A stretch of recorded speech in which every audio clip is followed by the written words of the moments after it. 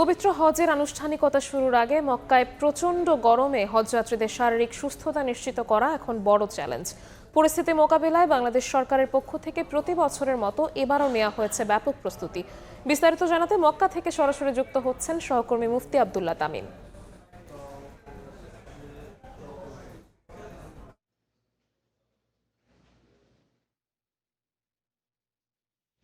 এই মুহূর্তে দাঁড়িয়ে আছি মক্কার যেই বাড়িটিকে তৈরি করা হয়েছে অস্থায়ী ক্লিনিক, সেই জায়গায়।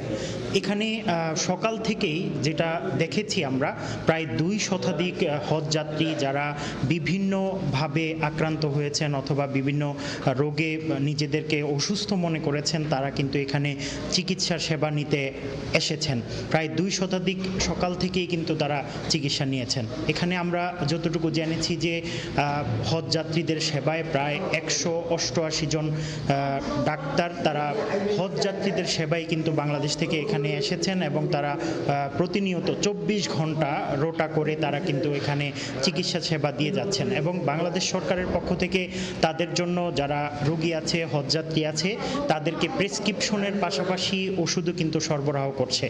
এবং আমরা যতটুকু জানতে পেরেছি যে এখন পর্যন্ত বাংলাদেশ থেকে আসা হজযাত্রীদের মধ্য থেকে 2 জন ইন্তেকাল করেছেন এবং এই বছর 78,500 হজযাত্রী বাংলাদেশ থেকে পবিত্র হজ পালনের উদ্দেশ্যে সৌদি আরবে আসবেন।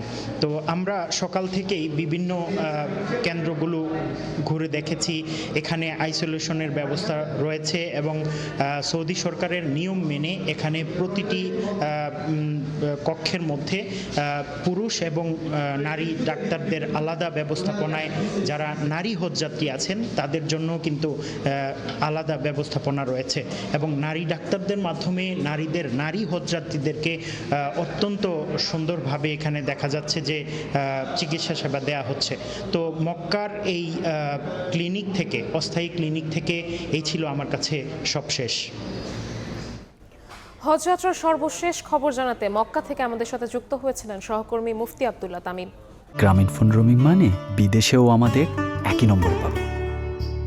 মোবাইল ব্যালেন্স দিয়ে রোমিং চালু করে হজ সফরে কানেক্টেড থাকুন গ্রামীণফোন নম্বরে।